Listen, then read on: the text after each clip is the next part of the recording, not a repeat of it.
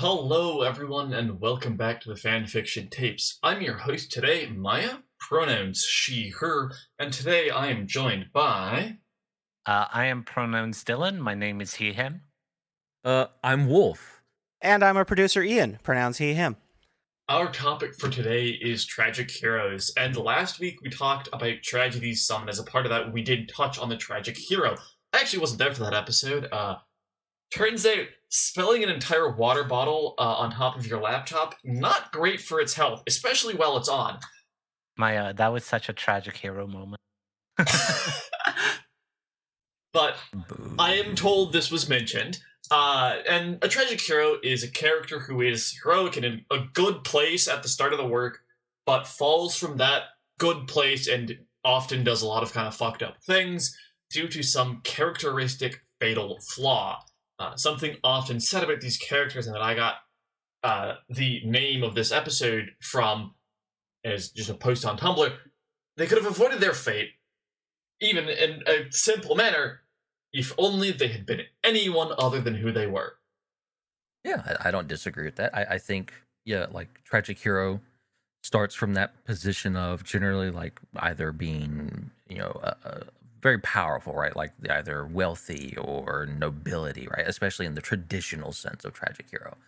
And there's someone who possibly eschews a lot of that or goes against the grain somewhat because they're more noble, more honorable, more faithful, more blah, blah, blah. But their one specific problem is that one fatal flaw, and that defines the tragedy. And in the traditional sense, right, they were always meant to be something that, like, a cautionary tale, right? Like, hey, this in excess is a problem. Be aware of this in yourself and try to avoid it so you can be better and don't suffer the same fate, etc., etc. Yeah, if I remember right, these fatal flaws are sometimes pretty admirable qualities.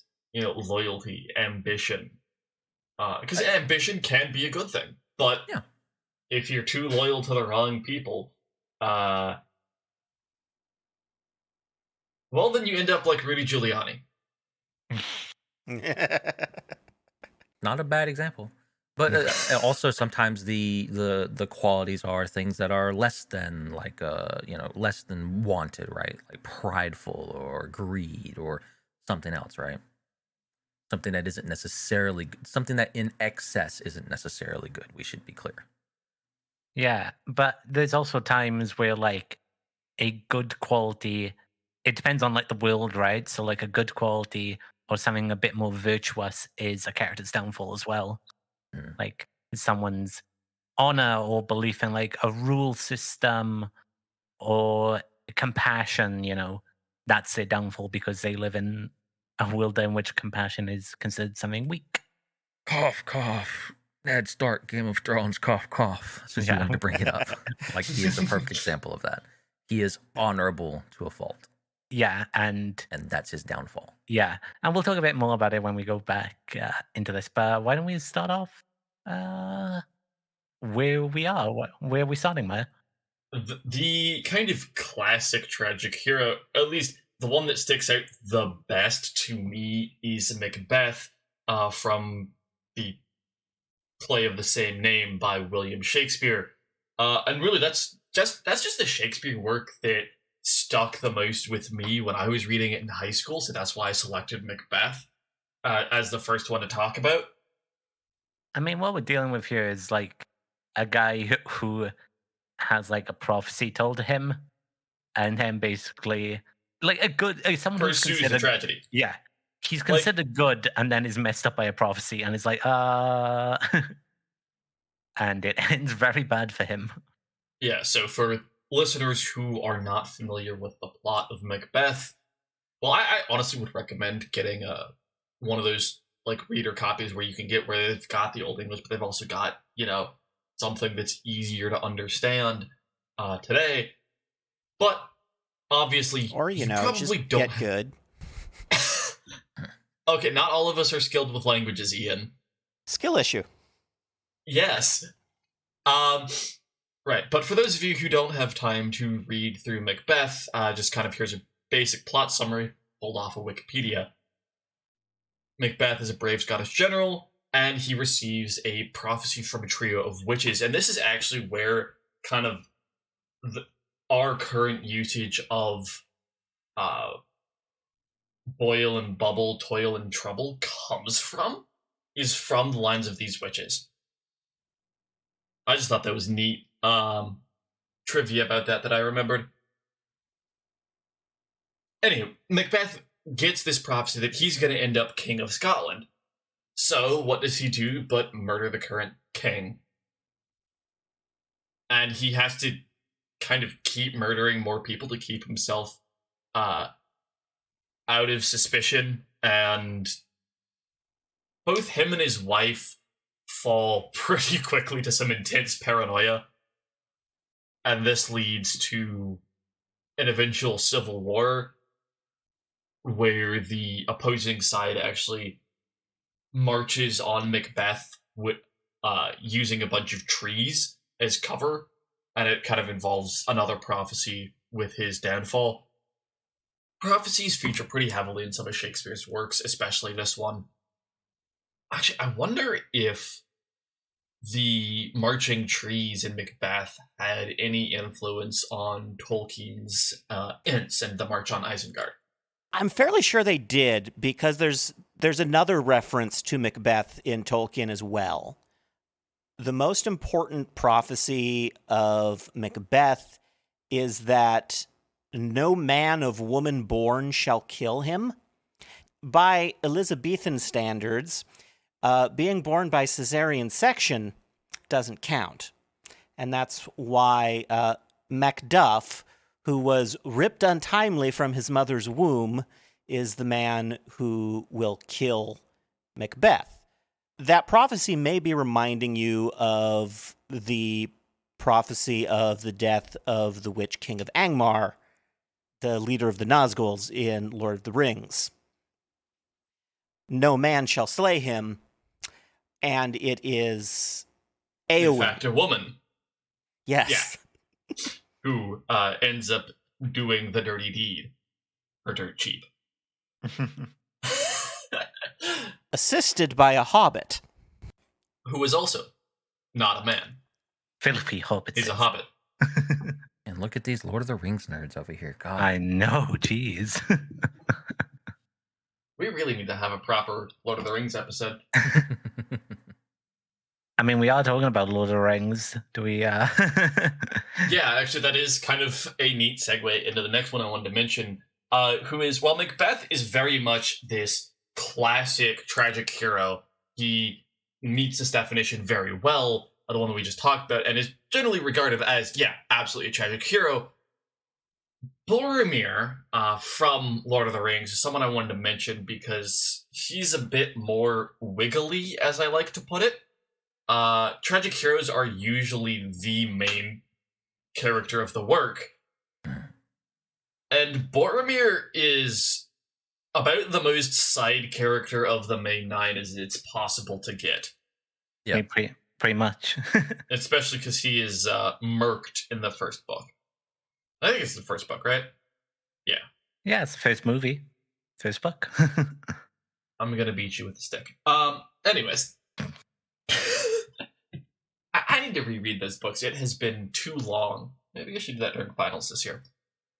But yeah, he's one of the first. I think the point for him, right, is to be a bit more of that cautionary tale in that traditional sense for not necessarily the audience, but the other characters, right?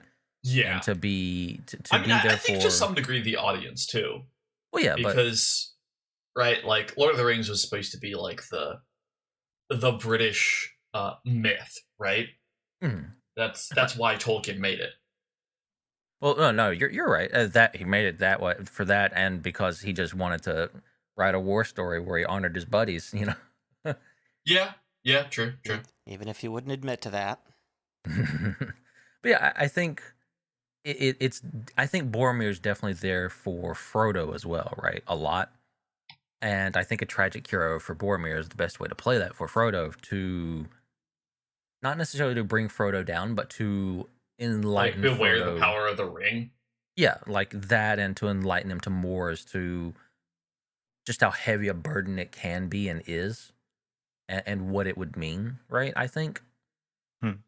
And I think a tragic hero in Boromir is a great way to play that. And it contrasts well with who's the other one they meet later?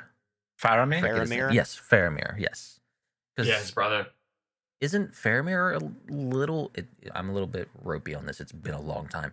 Isn't he a little bit tragic as well in some ways? Not necessarily tragic hero, I would say, but definitely goes through some he has tragedy. daddy issues and inferiority complex compared to his brother and his father. That's He's unlike got some him. issues, but Yeah. I don't know if I would really quite call him a Yeah. tragic character. Yeah, I don't think I'd call him tragic, but like it's definitely contrasts well between the two, I think. As you know, having introduced us to Boromir and seeing his failure, and then Faramir, and you know, seeing like what necessarily are his shortcomings that aren't necessarily his own fault, right? And seeing that in the eyes of Frodo, or through the eyes of Frodo, I should say. But yeah, like Boromir, don't let me do all the talking, but Boromir is interesting because he's not a main character. And for a lot of people, when they think tragic heroes, generally speaking, tragic heroes are main characters. I know I'm going to get some shit for saying this, but another tragic hero, and I think since Boromir, we've seen this a little bit more often, where the tragic heroes tend to not necessarily be the main characters in the stories that they're in from time to time. We mentioned earlier, Ned Stark is an example. Like it or hate it, Sirius Black is an example, of tragic heroes that aren't the main focus. They're meant to be there for other characters to spring their development forward, or to do something for them in some particular way, shape, or form, or to set the story even potentially. Most of the characters we mentioned today are the main characters. And as I was kind of setting it up, I definitely wanted to mention someone who wasn't. No, fair, absolutely. Be a little weird with it. The thing is with Boromir is like he dies really early on, but like that effect on like the other characters of him dying is felt, throughout the rest of the story still. Mm-hmm. Like whether it's Faramir and Denethor or the rest of the Fellowship. Yep. Like it's definitely far-reaching and sticks with them for a long period of time. And I think that's also the goal when you write a tragic hero, is that it affects the world around them a bit more. Because that's kind of like, I think the point for that makes it a better tragic hero is when the tragedy has far-lasting stuff.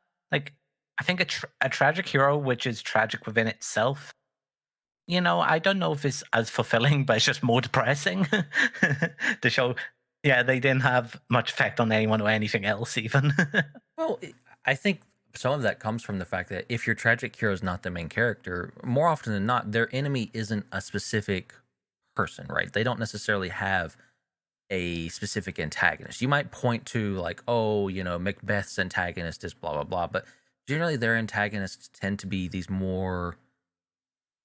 I think the word is mercurial, or just like these very vague things, like a type of emotion or a type of, personality quirk, or the world itself reacting to the tragic thing they've done, right? Yeah, it's conceptual. Yeah, that's their enemy. So if your tragic hero isn't the main character, then if you're going to do them, their tragedy needs to affect a lot more, right? Because what they're going against, or what they're doing that is perceived as wrong, right, needs to have more far-reaching effects, because they are, generally speaking, more connected to the world in such a way than what other characters might be. Speaking of a guy who has a lot of impact on the rest of the story and world and other characters, you want to talk about Mr. Anakin Skywalker? Yeah, this was one that I honestly included mostly because when I was doing research for this episode, because I am not much of a scholar of this side of literature. Technically, I'm not much of a scholar of literature at all. But I saw this mentioned a lot as a contemporary character, and something that we try to do on the podcast is not just talk about the things that interest us the most, at myself and Ian, which we do a lot, but also mention things that are pretty popular and that more people are going to get, because that's kind of part of the point. And Incidentally, we did talk about Star Wars Episode 3 last week when you weren't here. Mm-hmm. And yeah, I think the thing about Anakin is whether you think the arc is good or not, I think conceptually it's actually quite good. I think it works. And Order 66 is an amazing sequence. What we did talk about also is that it's not full on tragedy with Anakin, because by the end he does get that redemption, but there is a tragic element in he dies. But it's still like, I mean, is it easy to say that Vader and Anakin Skywalker as a whole is still considered like the best Star Wars character? I can't like comment on that. Not a huge Star Wars buff, right? So I can't super comment on it, but I think he's definitely up there. in the I think with movies, maybe? with all the other different Star Wars franchise stuff, right?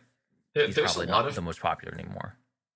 Oh, you're saying most popular, not best. I mean, I still think he's like one of the best characters.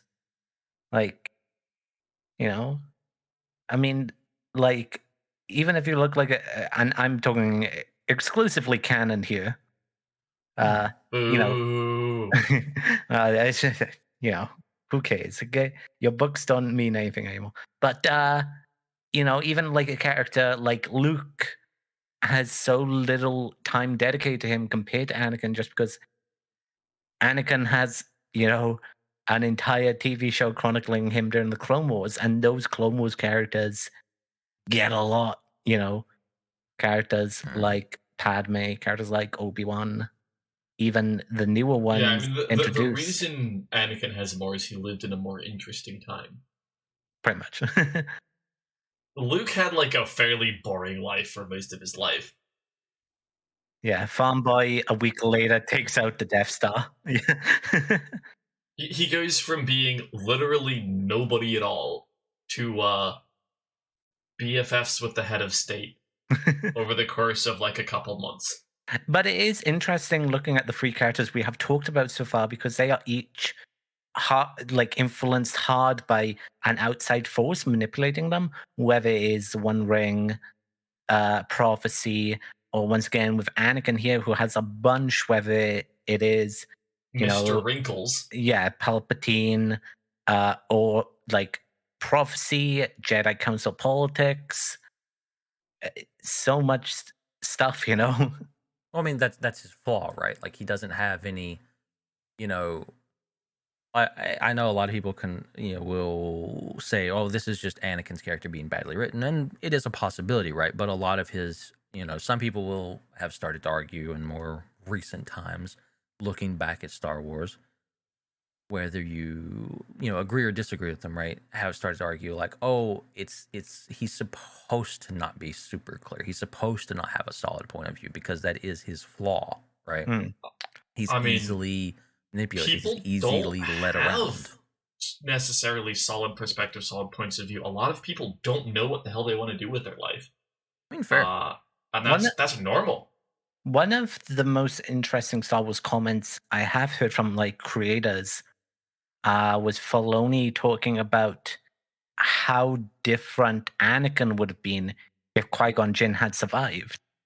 Because one of the big elements that was discussed was, how does Anakin improve if he has a father figure instead of like an older brother figure leading him?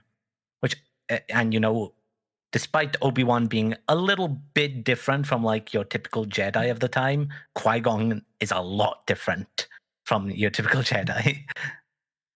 Yeah, I mean, I think part of what makes, you know, a tragedy is that if only this slight impossibility had been different, it could have been avoided, right? If Anakin had a different kind of support than what Obi-Wan was able to give him when he was, growing up in the Jedi Temple, he would have turned out very differently, and the way Palpatine operated may well not have worked on him. Mm. I don't know if that necessarily could have stopped what Palpatine was up to. But it makes it a lot harder. Yes, it would have made it a lot harder, and I think that would also itself be interesting. Not having as tight a grip as he does on Anakin because Qui-Gon Jinn is there. And, Qui-Gon Jinn, despite everything, is like, would change a lot of things. Also considering his relationship with Dooku, there's a lot there. Yeah. Underrated character. And also, the main way that Palpatine got revealed wouldn't have happened because he wouldn't have told Anakin. He wouldn't have had that grasp on him. Dylan, you do have something you want to talk about that we started to talk about kind of in our pre-show where we're getting set up and figuring out, okay, this is what's on here. Do we want to make any changes? You talked about some characters from Game of Thrones, which is not something I'm really very familiar with myself. Well, when you talk about Game of Thrones characters, everyone is basically a tragic something or other. Well, I think you do have to make the distinction, right, between tragic hero and tragedy, right? Because I think it's easy to write tragedy. Anyone can go through tragedy or have some tragic moments, but tragic hero is I feel a very specific thing of it's focused on that character's one specific flaw, right? That winds them up in trouble. Yeah. And like I would argue the best example of that from Game of Thrones is Ned Stark. Absolutely. Right? Ned Stark is the best example because in the end, he makes like a bunch of mistakes. He's too trusting of Peter Baelish, Littlefinger, and that messes him up. He doesn't take Renly's offer because he's also wedded to like the Lords of the Realm, and it's like, well, Renly, you want to be king and you're not Robert's heir, that's Stannis, so I'm not going to back you. His history of seeing what the Mounting and Amory Lorch did to Rhaegar's children during the sacking of King's Landing means he doesn't want to tell Robert about Cersei's children being incestuous bastards because he doesn't want to see dead children again. So it's this mixture of all these good qualities: his compassion, his loyalty, his belief in law, and being a trusting of people who were like very close to his wife when they were younger. And all that ends up messing him up. And the first time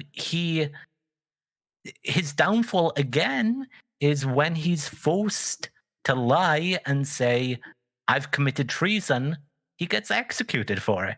So he even does the right thing there for his daughters to try and save their lives, and he ends up dead for it anyway.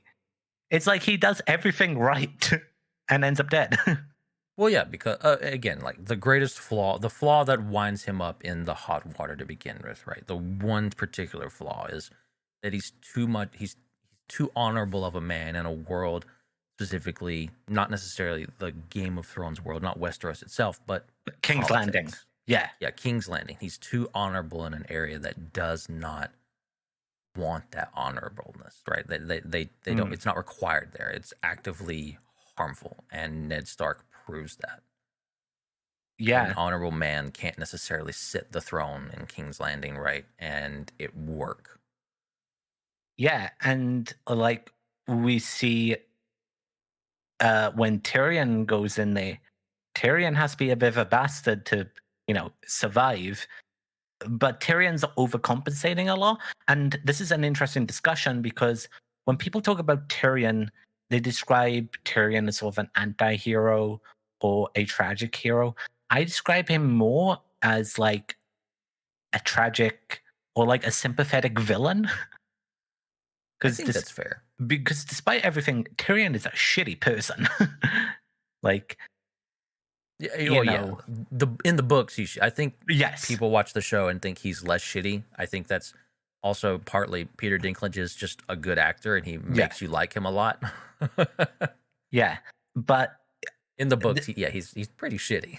In the books, he's a lot more vengeful, and it's like you're arguing, like, you know, but we like him. He's funny and all this, and he's been, you know, messed over in life and giving a lot of hardship. But it's funny that the Lannister we hate the most is probably the most, I don't want to say morally good, but the one that is like the most honorable is Jaime. Like, Jaime tries to kill a kid. Honestly, but somehow he's also the one people hate the most. I feel Cersei's no, but when you start, he throws a kid out the window. No, fair. And he stabs Ned in the leg in the first book. But he also ends up the one you like the most. Because he's like the most sociable. He's very kind. He cares a lot about, you know, his family, even in messed up ways. And he starts to even resent Cersei and, you know, forms a good relationship with characters like Brienne and saves her life and stuff. And it's just like a way more of a cool dude. Well, like, I would say Jaime suffers from a similar problem to Ned, right? That it's not honorableness. It's not being honorable that he suffers from. It's loyalty, right? It's his loyalty to his family, and specifically Cersei, that is his flaw. Yeah, it's that and vows and how he views vows. Like, he took a vow to protect a king, which he later killed, but he killed him to save an entire city that the king was planning on blowing up. But Ned Stark still judged him for breaking his vow of protecting the king. Everyone judged him. Yeah, he got called a Kingslayer. But he never fought back against that. You know, he was just like, if that's what they want to call me, that's what they want to call me. And that sort of like papers his view a bit on like other people and feeling, you know, and resenting people. Like, he did this very virtuous thing. He broke an oath to protect people, the common people. That's what he did. But people looked down on him on it for killing someone that they were going to kill anyway. Just because he made a vow. And I do think it's interesting when you look at vows and how they are in Game of Thrones. Like, you look at Jon Snow's vow to the Night's Watch. Like, yeah, he sleeps with wildlings, you know, Ygritte, and is given a lot of offers by Stannis. And Stannis is like, oh yeah, we'll make you Lord of Winterfell. And he's like, no, I won't take that. But he still gets killed because he lets wildlings for the wall. The Night's Watch like, don't like that. It's like, come on.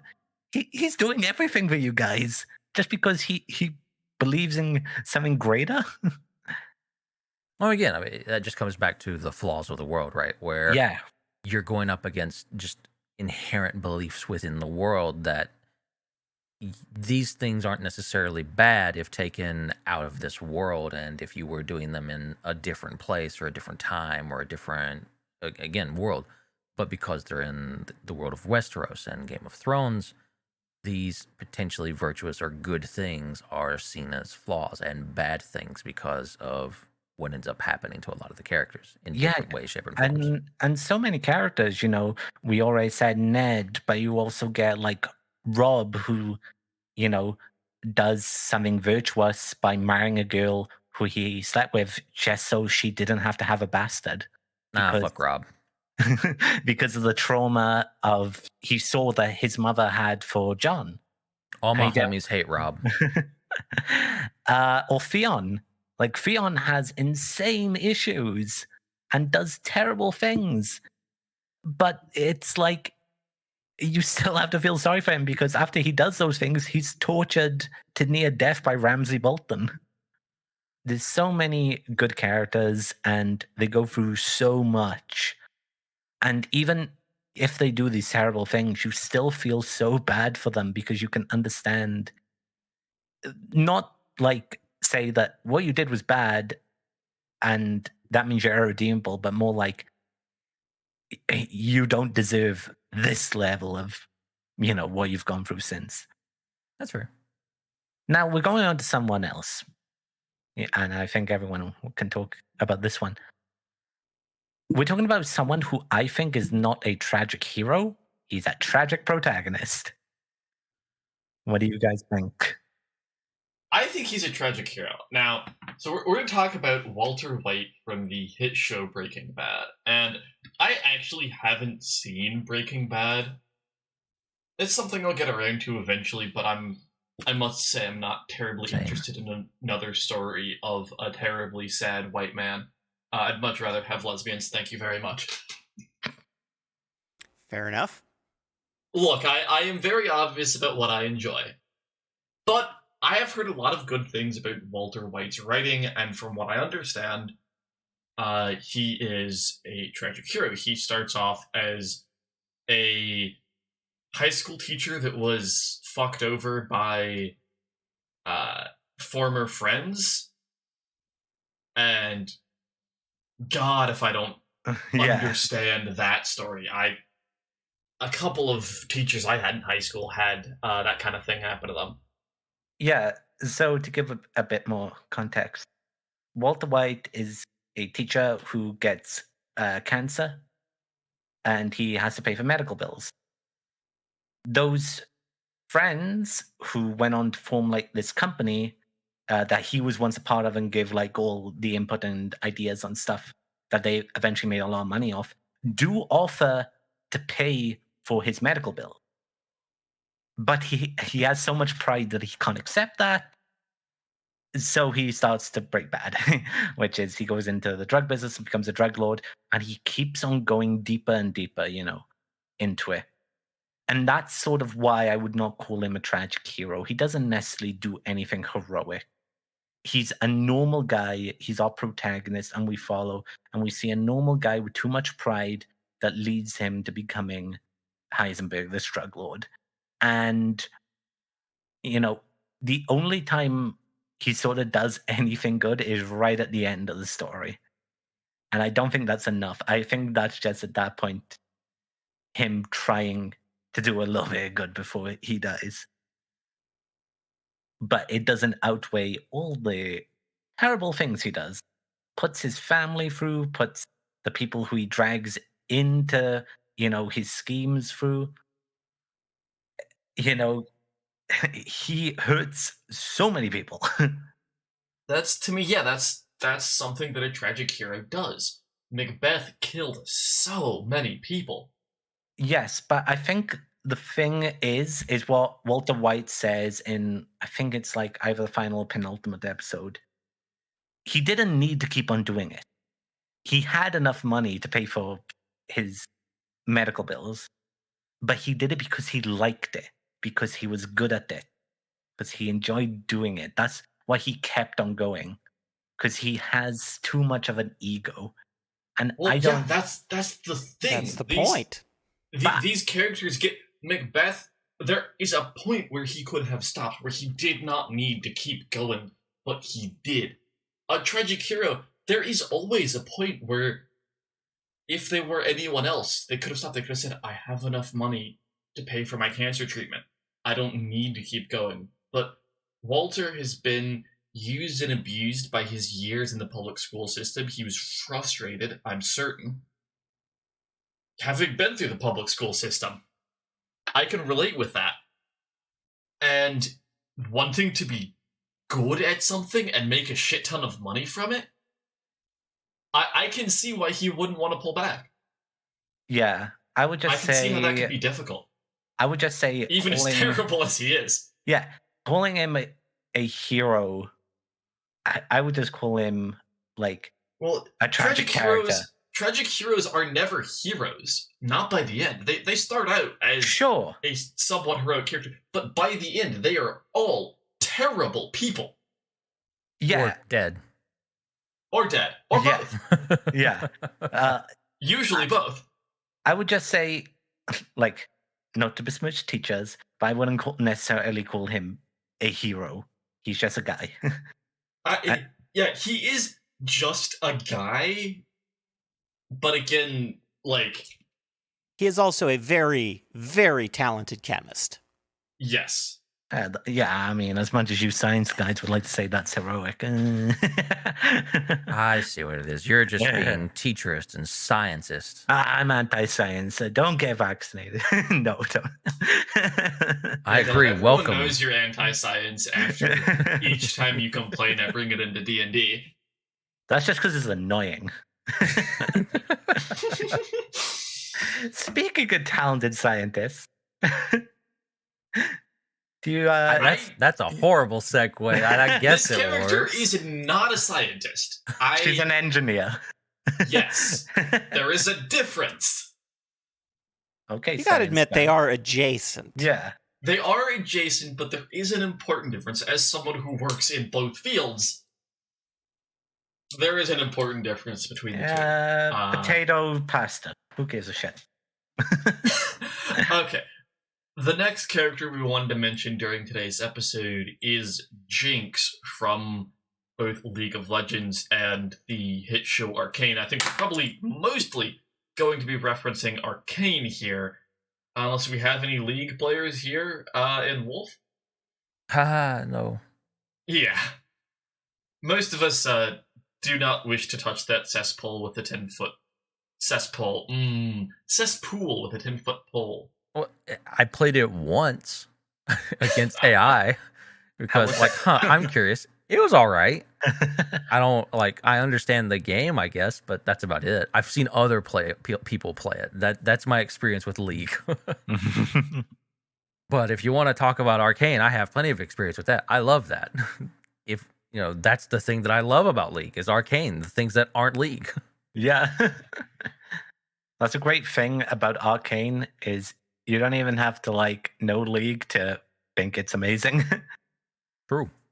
But yeah, I said last week, and I think Ian and Helena, who was on last week, agreed that we considered Jinx is pretty much the main character of that show.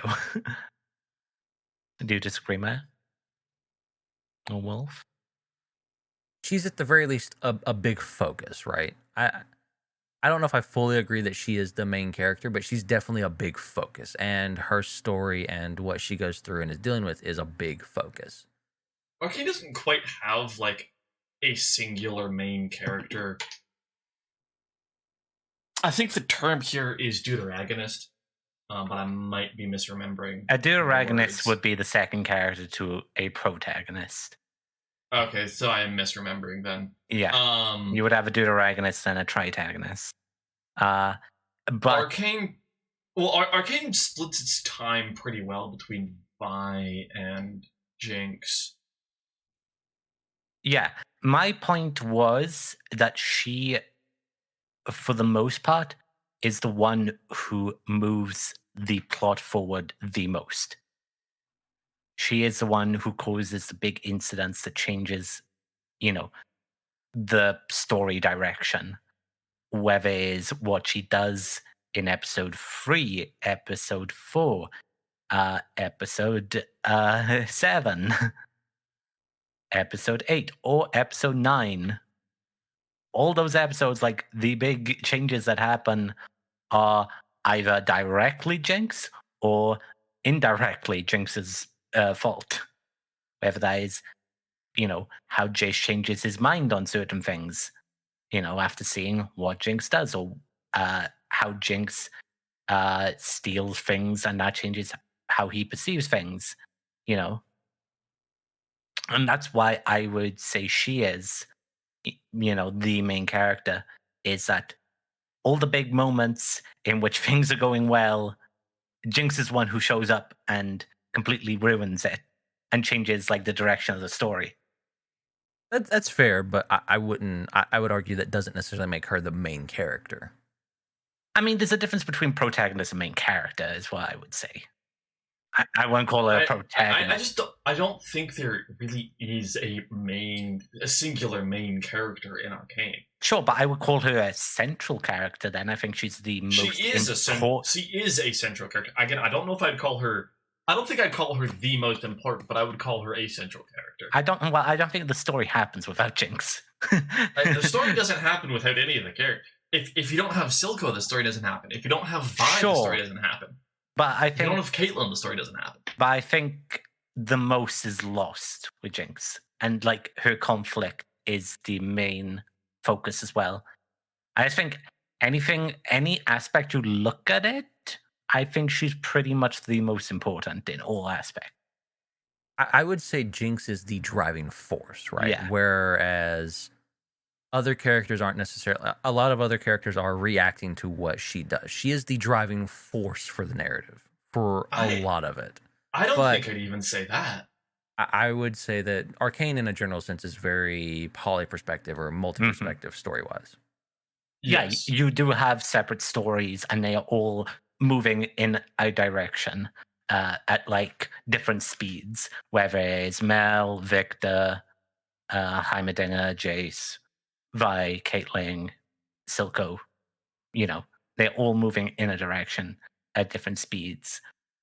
But it's just like Jinx is also one who story hops a lot and affects like a lot of different people's.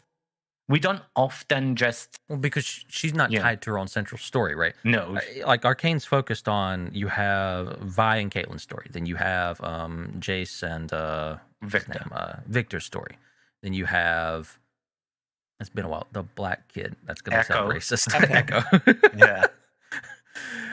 Yeah, you have. I would say like like Echo. His story comes into like the very last as the Fireflies, right? In But- part 3, yeah.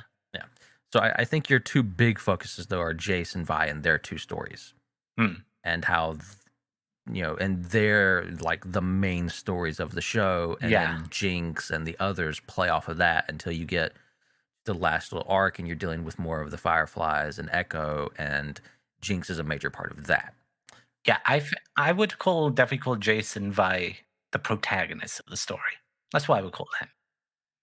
I think in Arcane there are two major stories, and the protagonists are Vi and Jace. But to roll back around, how is Jinx a tragic hero? Yeah, you want to talk about that?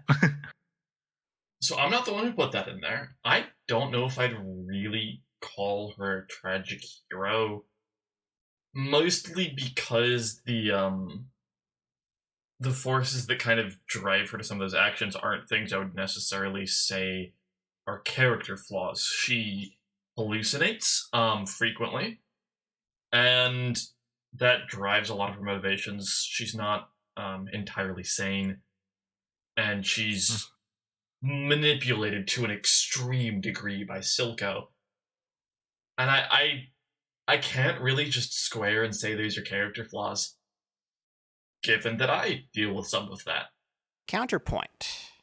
The way that she is manipulated by Silco is she is extremely eager to please her family and friends.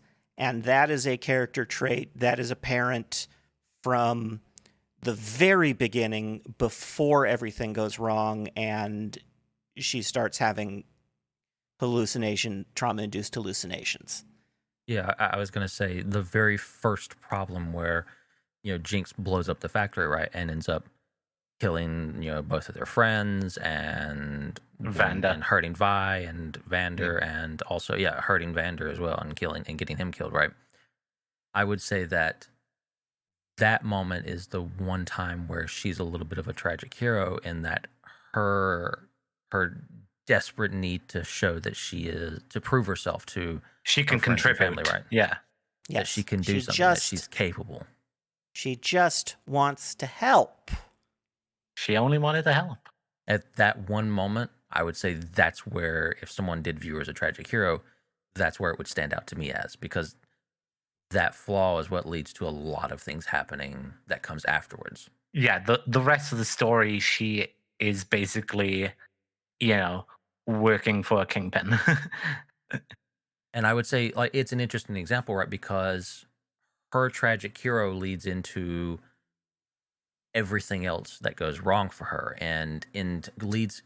She isn't a character that, generally speaking, for the modern tragic hero, right? A lot of the times nowadays, you'll see that a character, and we're going to bring one up that I think is an interesting point to this, is that a character goes into their tragic hero moment, like this arc for themselves, and they come out the better for it, the stronger for it. They've learned, they've grown, right? The world might still be against them, but they're able to turn it around at some point in the future, right? Jinx is one that isn't doing that. She is a tragic hero that is going down that path, and instead of getting better for it, she gets, arguably, she's going to get worse for it, right? Depending on where they go with the story. I think it's In likely Arcane she'll Season get worse 2. for it. So yeah, like, she's going down a and- darker path. Maybe she'll come out the end of it better. Maybe she won't. And that's interesting for a tragic hero, at least in more modern terms, since we do use the tragic hero as a thing of something to go through and then come out the other side stronger for. Jinx seems to be the opposite of that as of right now.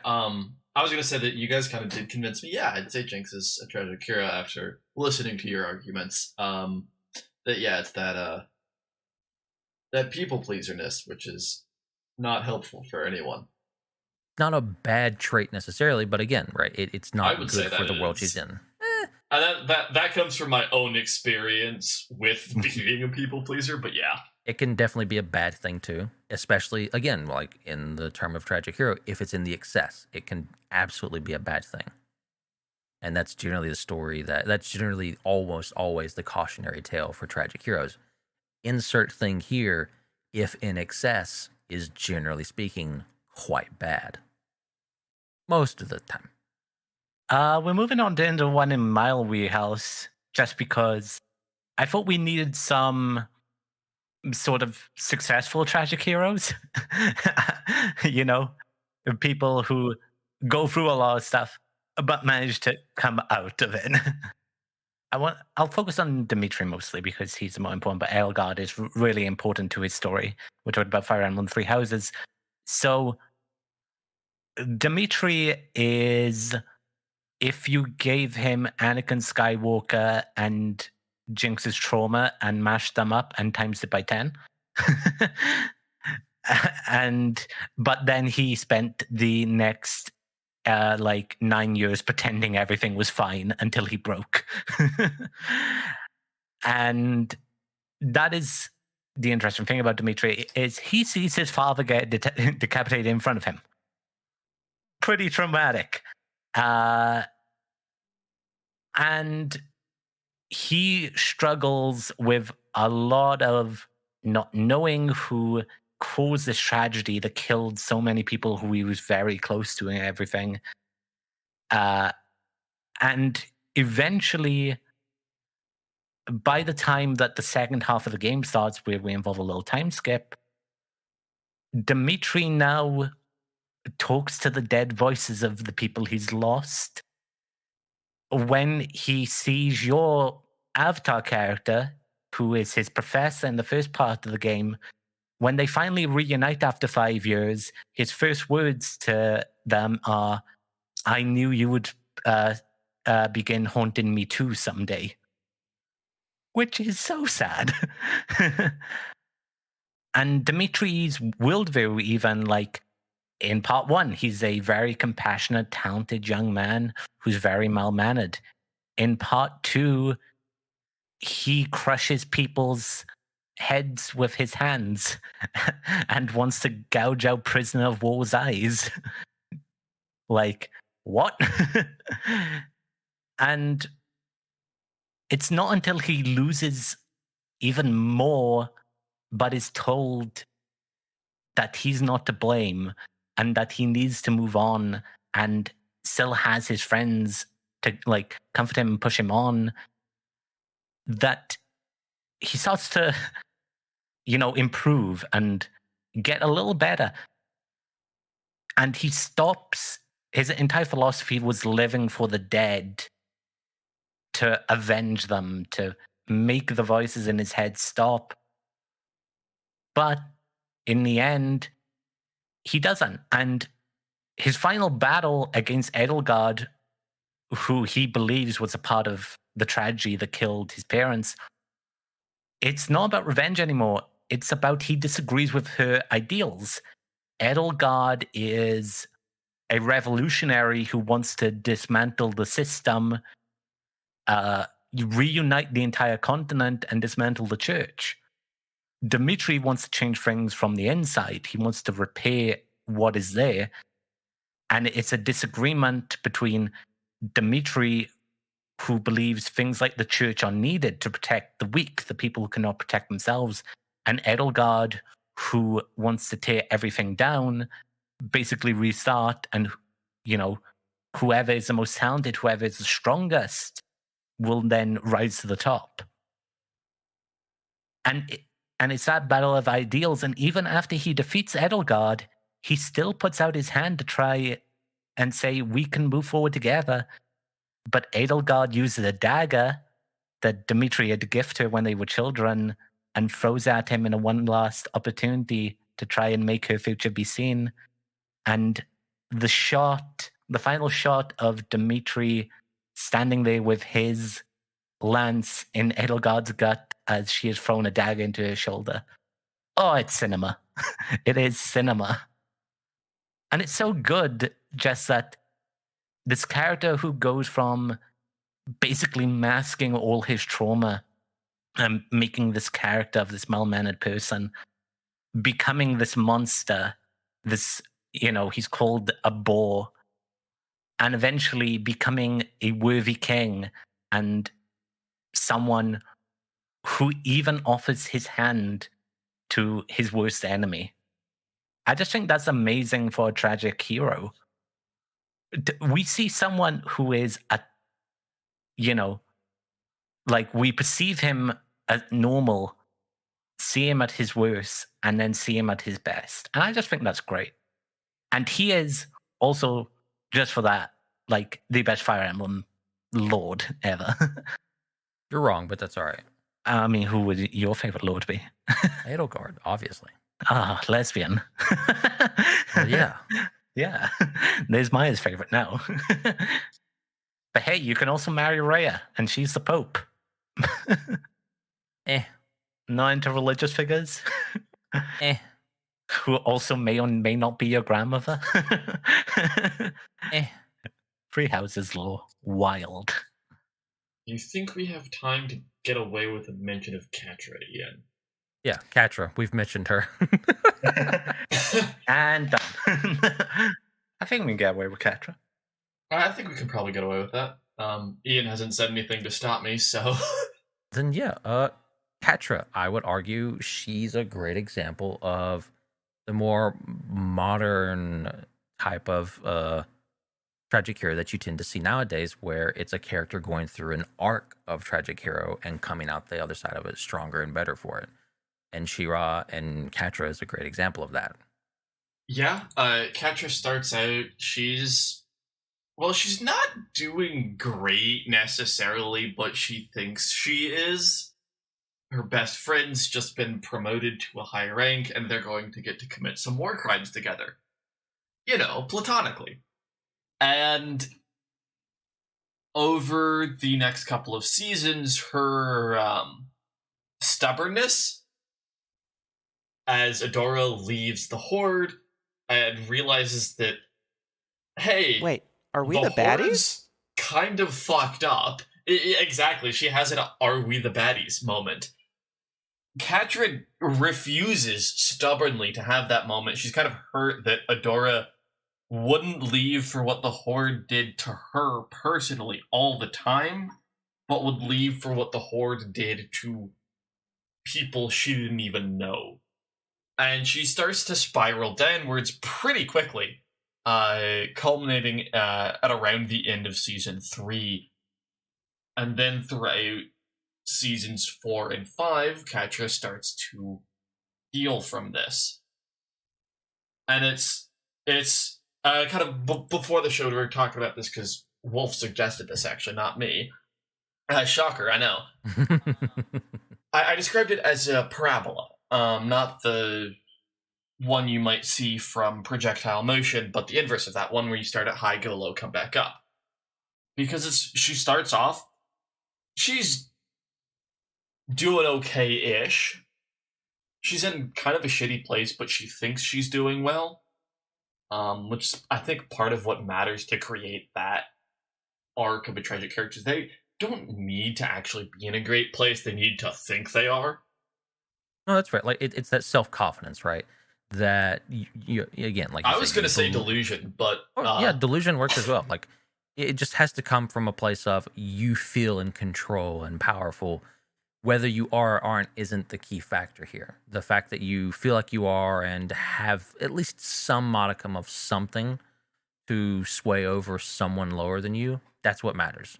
I actually read something really interesting the other day about a scientific study where rats were placed in a sink or swim situation, like they were literally just treading water until they were about to drown.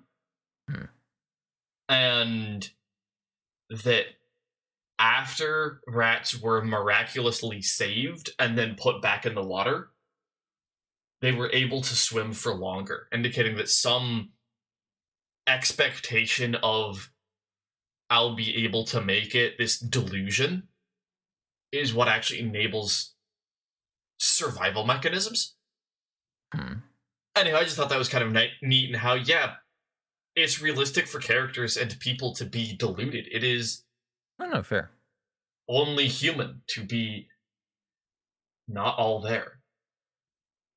No, again, that's absolutely fair, right? Like it's completely fair to fall into that delusion that you are fine, that you are good when you're absolutely not, and that's where Catra starts off at. She's in that delusion, or she feels that she's powerful, and that culminates into her continuing to be stubborn with Adora, her continuing to be A war criminal. that like prideful in the Horde, right? Because the Horde can't do any wrong. The Horde, even though they've hurt me constantly, they didn't do what Adora did to me, so they can't be bad. Adora is the one that's wrong here, and also just some anger at Adora, misplaced anger at Adora as well, right? And everything else that she kind of has going on with her. But like I would say the more important character flaw is her just continued stubbornness, right? And that's the thing, that her stubbornness to see what Adora wants to see, her stubbornness to see Adora's side of viewpoint or anything, her stubbornness to change, and that continues to lead her into this darker and darker path to where she finally gets to recognize and see, oh, this is what the Horde truly is. This is what I've been here for, and this leads her to finally try to do something good, to change things, right, for the better. And eventually we do get that for Catra. We get her coming out the other end of that dark spiral for the better, having learned a lot, having eschewed a lot of that baggage, and getting to the point of where she's getting over it slowly, right, where she's coming, being better for it, essentially. I think it's interesting if you view Catra as a tragic hero, at least for a particular part of it. I said earlier, right, I think she takes that arc of villain to tragic hero to possibly anti-hero at the end, if you want to view it that way. I think she's just a plain hero at the end. I mean, fair. She's a bit abrasive, but I wouldn't really call her an anti-hero. She doesn't have any of the methods, I would say, are essential to an anti-hero. I mean, fair. I think anti-hero might just be my thing, because I think it might just be like hey, I think she could do this, right? Like a fanon idea, I guess you'd say. But at the end of the day, like, I think her arc is villain to tragic hero to hero at the very least. Something in there, right? She absolutely could be in a different universe an anti-hero. No, absolutely. I could absolutely see her doing that. I'm sure there's fanfic out there that's written that. But yeah, oh, yes. I can confirm I have read and or written that. But yeah, ultimately the idea is, this is a way I think you can, if you're interested in writing tragic heroes, that you can write a tragic hero who isn't the sole focus of the character. That's not the whole point of the character, right? They can go through that arc and come out the better for it at the end of it all, so long as you take them through the full tragedy, right, and show and have them learn from it. I think just in general, if you want to write characters that get a little wiggly, or you want to write characters that are fucking tragic as shit, just look into what Nate Stevenson does, because that's something I think he's really good at. He likely had a lot of control over how that shaped out for Catra. He had control over that as a showrunner for She-Ra, the 2018 version, and also in his graphic novel Nimona, which was recently turned into a Netflix movie that I will not shut up about. Really good. Thank you very much. Yes. Actually, I have it right here next to me because I've left it sitting on my desk. I need to visit it upon Steamed at the soonest opportunity. Yeah, that's Catra. Amazing. All right. And we got some advice in there as well. Ian, do we have anything in the mailbag? We don't have any new mail today. So if you want to yell at us about how we've totally misrepresented your favorite character here, or why didn't we talk about such and such tragic hero today, you can shoot us an email. Our address is fanfictapes@gmail.com. You can also leave us a comment on our YouTube channel, or leave us a rating and review on Apple Podcasts and Spotify. You can also yell at us on social media. We have a presence on Twitter, formerly X. Maya runs that channel. That I do. I usually post about when a couple hours before episodes go up, and sometimes I will have behind the scenes stuff about what it was like to make the episode, and sometimes I'll also just plain shitpost. What can I say? They left me in control of the Twitter account. I mean, that's what Twitter is for. Not much good for anything else anymore. Demon, anything you would like to plug? Anything you would like to link? Yeah, sure. I'll plug the other podcast I co-host on, The Bertcast, an unprofessional and debatably amusing podcast for fans by fans of How to Train Your Dragon. Not a lot going on in the world of How to Train Your Dragon right now, so you can also, this channel is home to The Outcast, a more of the same, just marginally less dragons, where we cover bunches of different shows, movies, books, video games, mostly movies and shows. Our most recent video was on Birdie Wing, a golf girl story. I love that show. It is wonderful. It is dumb, it is over the top, and it is fun. Can you give you've talked about that quite a bit. Maya should definitely watch it, I think, right, Wolf? Yeah, I think you would enjoy it. It's you won't get any payoff, but it's subtlety. Its subtlety for its lesbianism is as subtle as a large ass brick through a large ass window. Well, that's about how subtle I am. I think that's how subtle lesbians are in general. From everything I've seen and understood. Yeah, like that's our most recent video. I do love doing it. We've done it for a long time.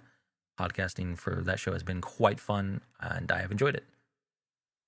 And I've enjoyed all the stuff we've done for How to Train Your Dragon as well. If you want me to, I think, like some of our most recent stuff has been covering the newest How to Train Your Dragon show, The Nine Realms. That has been a treat, quite fun for all the different hosts and people we've had been able to get on for that. It has just been enjoyable. I rewatched How to Train Your Dragon on one of the flights I took. Because I was like, I'm going to have Wolf on the podcast. I should, refamiliarize myself with that. Because I haven't seen How to Train Your Dragon basically since it came out. I had a friend when I was younger who was big into it, who was familiar with the books, but... I'm also very familiar with the books, too. Loved them. They are good.